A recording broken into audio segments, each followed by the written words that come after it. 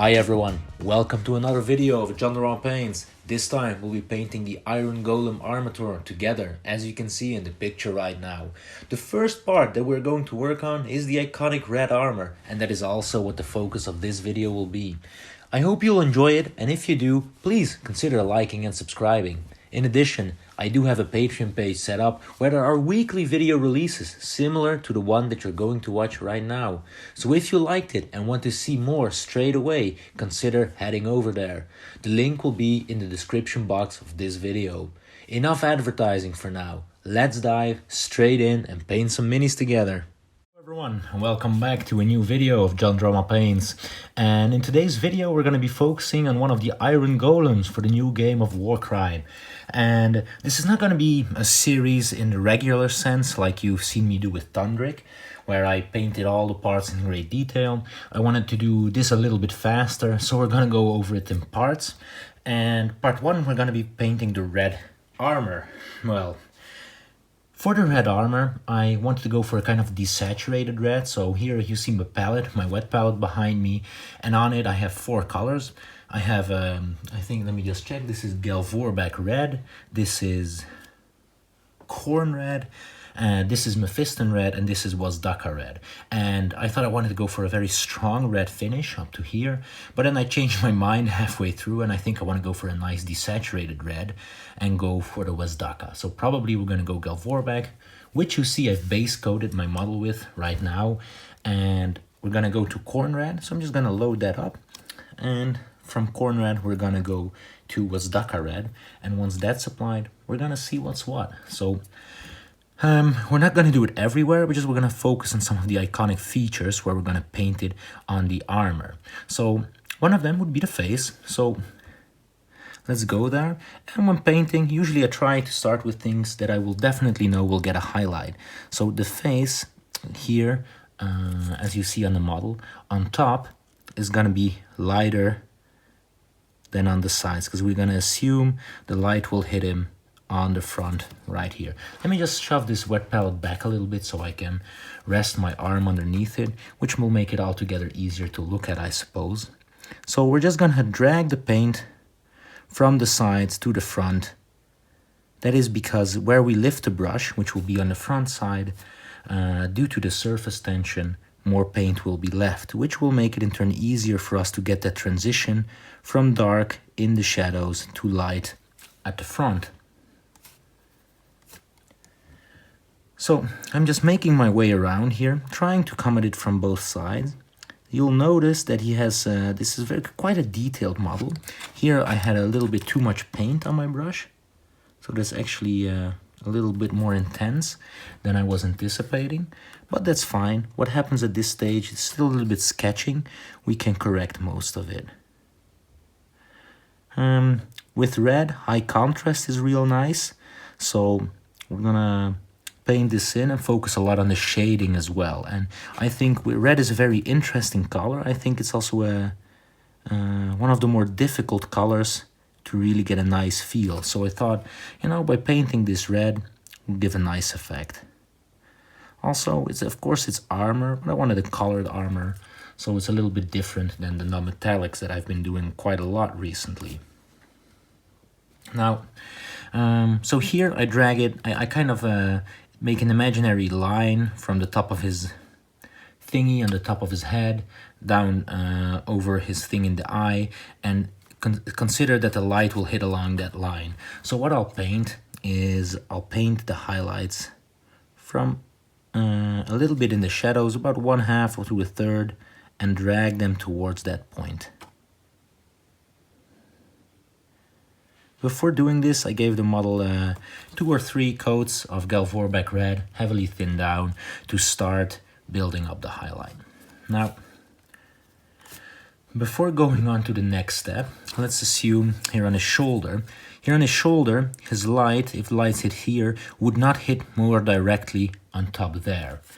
So here on his shoulder, where the light would hit most directly, see if I can do it on camera with showing you, would be somewhere halfway, like the top half middle of this area. So here where I painted in now, this would be where most light would hit. So that is where we want to highlight. And that, of course, can be different on this side. So keep in mind that especially with the more dynamic poses that these GW miniatures come in, that you can't always just copy highlights from one side to the other.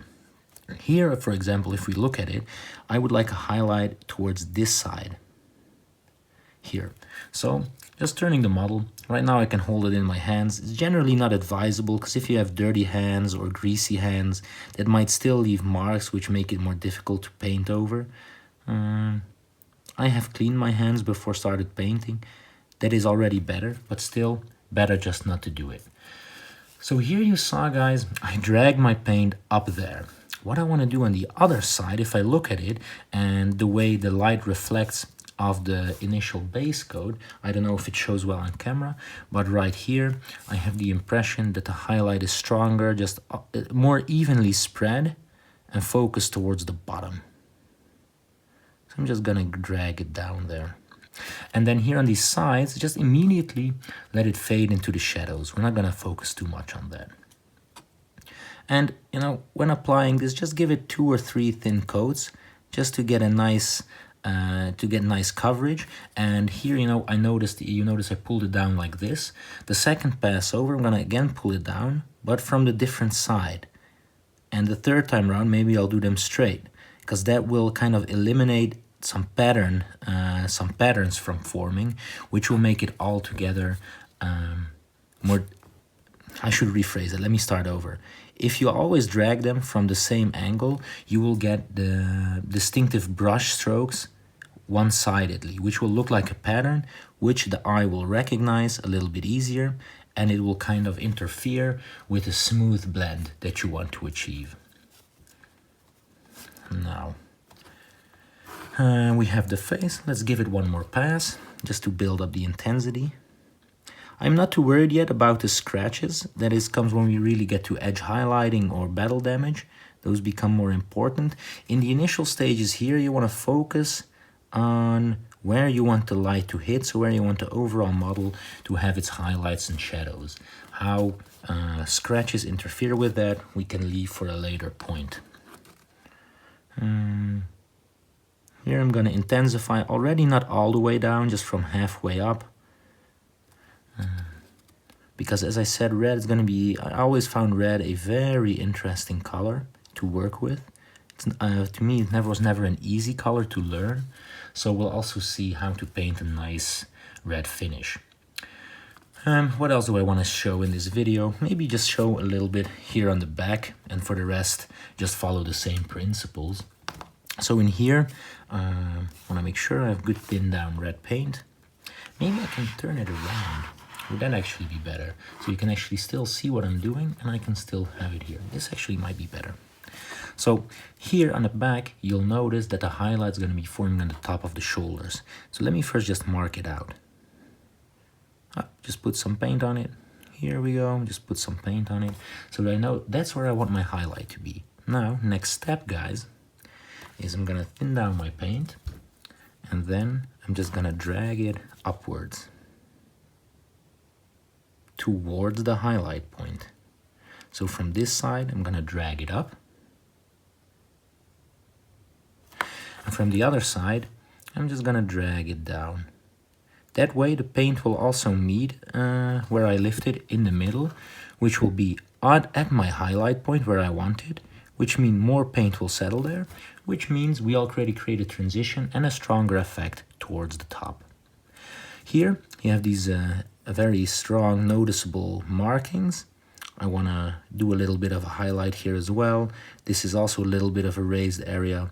It is really nice detail, this model, but it can make it a little bit more difficult. You see a line running down his back, and you see some more scratches. So just gonna point those out a little bit. If you don't, that's fine, but if you manage to see them, just point them out.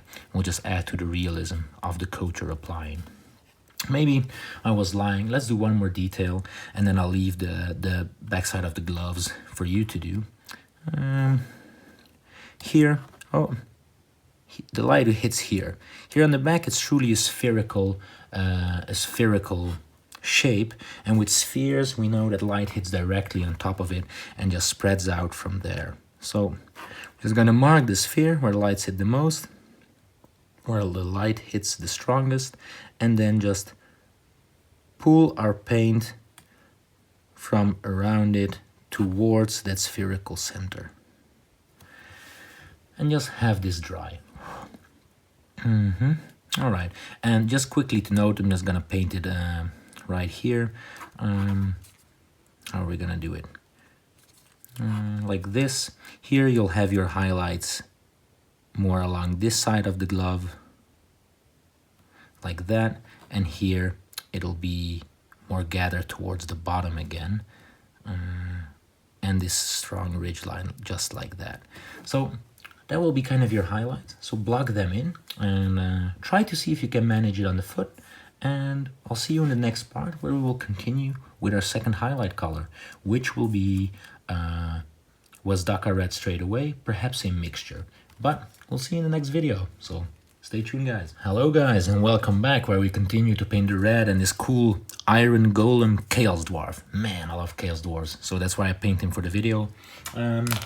What I did for the last video, so if you want to check if you guessed the highlights correctly, well, correctly, I don't know if it's the correct way, I placed it on top of the knee pad, since this is a spherical element, and on the knee, what comes your shin thing, I place it more towards the bottom, because you see afterwards it curves inwards a little bit.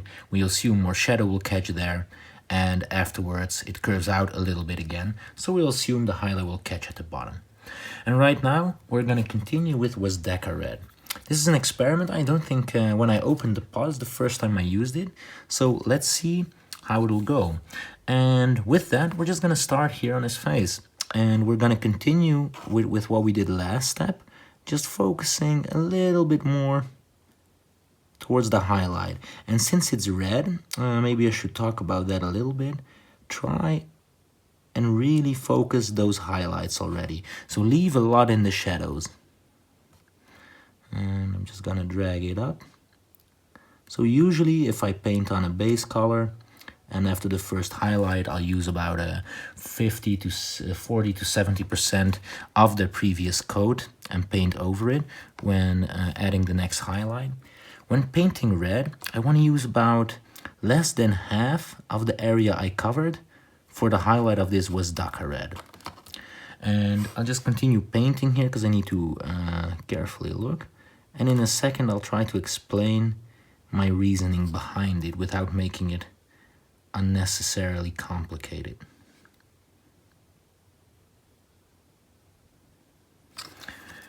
And as I'm saying that, I actually don't know if I can without making it unnecessarily complicated. So let's just see if I can make it as brief as I can whilst painting this. Let me just finish up these highlights. So that gives us time to dry. Guys, okay, consider this. Let's look at a color wheel. I have a pocket color wheel here. Let me put the model away for a second. And let's look at red. How do we look at it here? We look at red. And if we look at red and we start to add white, because we know that by adding white, we're gonna go to a highlight. What happens to red is we're gonna actually go to pink instead of orange. And what I see a lot of people do is when they highlight red, they go, instead of increasing the brightness by adding white, they will go through a red-orange to orange through yellow and highlight this way around. But those are actually really different colors. So by highlighting red, by adding white, you're actually gonna go towards pink. However, pink is such a contextually strong feel to it that we consider it very often a very distinct color, and we see it as pink rather than actually a very light red. Now, these Iron Golems, manly models, and if we highlight them and we want to increase the contrast and we're going to go to pink, that kind of doesn't really add up. That makes it more difficult. So we need to come up with a workaround of how we can maintain the appearance of a strong red finish without it going pink. So, well, yeah, that's what I'm gonna try and do here, and that's why one ways of working with contrast is to have the red finish, like this was Dhaka red, very prominent at this part, and then go into really dark shadows, and because that way you can also increase contrast. And that is the way that I aim to achieve a nice red finish on these Iron Golems. So here you can already see, let me try and put my hand behind it, how the red is starting to take shape. When we start to focus more on deepening those shadows and it gets more details painted in, the effect will become noticeable a little bit better. But let's move on. And this video will be a little bit shorter because we've already done all the base colors. And what you're gonna do here is basically do a sort of a repetition of the previous step, but be more selective with your highlight and make sure you're gonna leave some of that corn red that we just worked with. I don't know if I mentioned it actually. Let me edit that in later. That you know that the first color we used is corn red actually. So, with that being said, just work your way around the model, guys.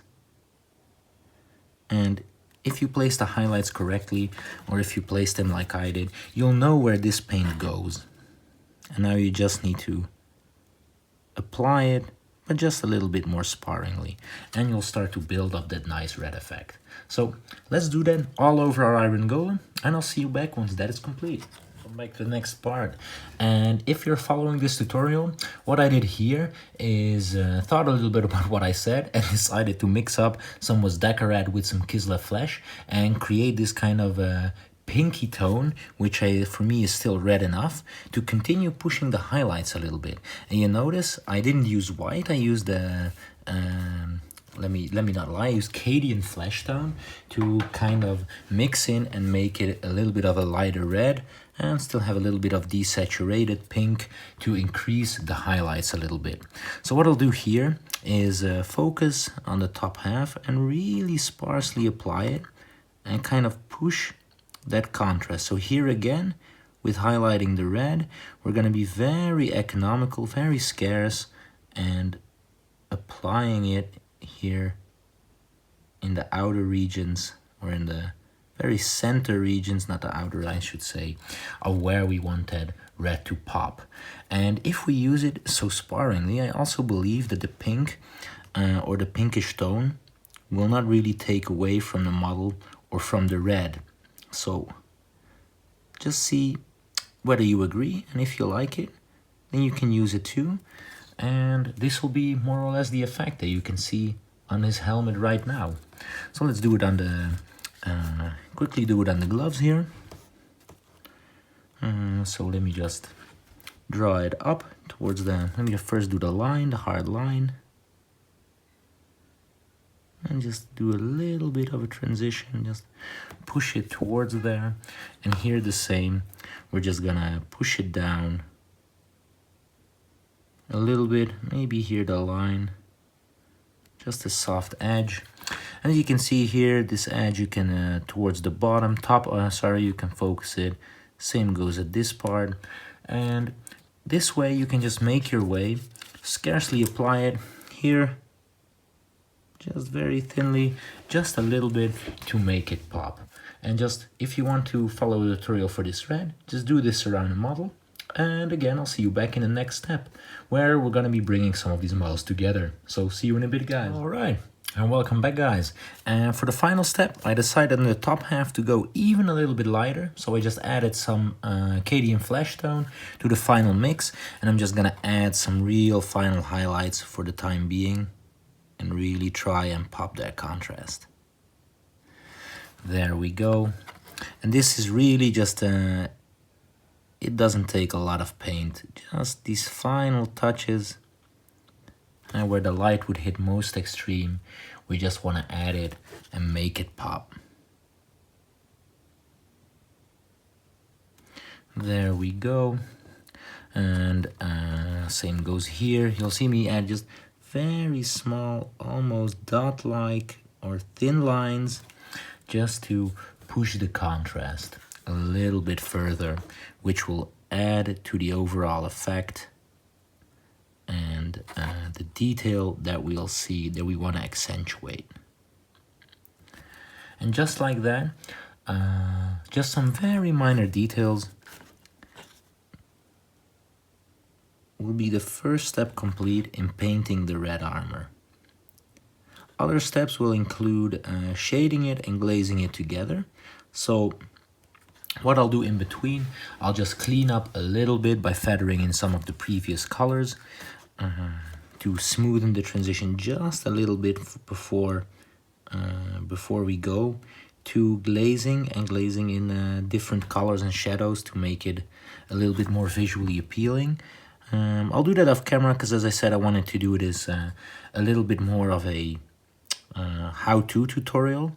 And what I mean with feathering in or correcting any mistakes, you can also see in one of my other videos how I do that exactly. So go around, add this final highlight, clean it up a little bit, and we'll see you back for the next step, guys. Hello guys, and welcome back to the final part. And this is what the Iron Golem Chaos Dwarf guy looks like after we've done the steps that we did. I hope you enjoyed this video. I hope if you like this color red, this feel it gives, this dark crimson, then you now know how to paint it. And instead of glazing it together in this video, we're gonna do the bronze brass parts first and then continue to glaze it all together. So stay tuned for future video, guys, and thanks for watching. Bye bye.